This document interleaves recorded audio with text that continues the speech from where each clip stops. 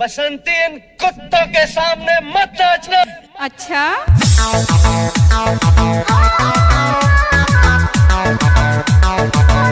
DJ बल्लू धुवे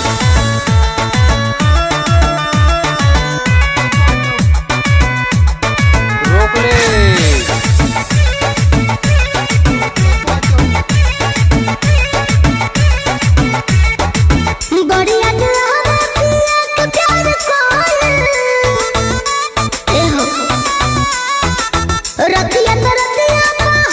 रुको जरा, सबर करो। बल्लू धुवे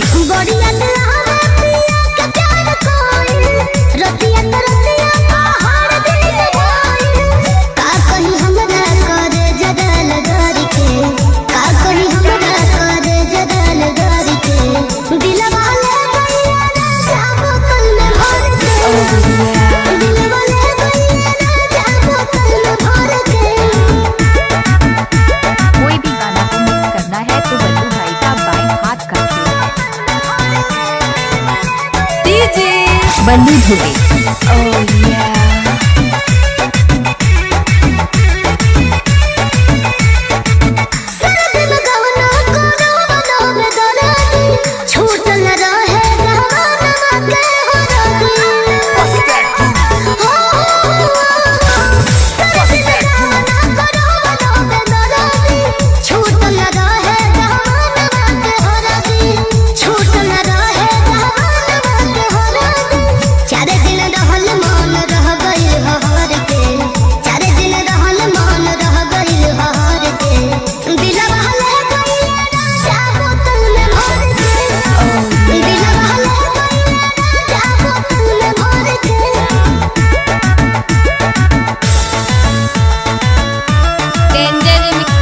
बल्लू धुवे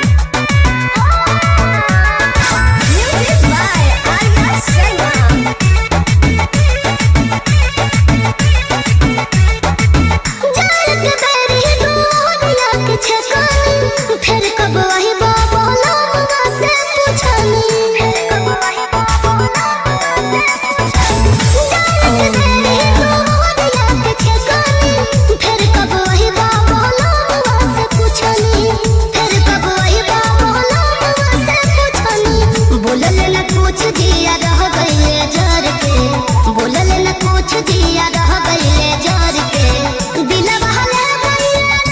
रुको जरा, सबर करो।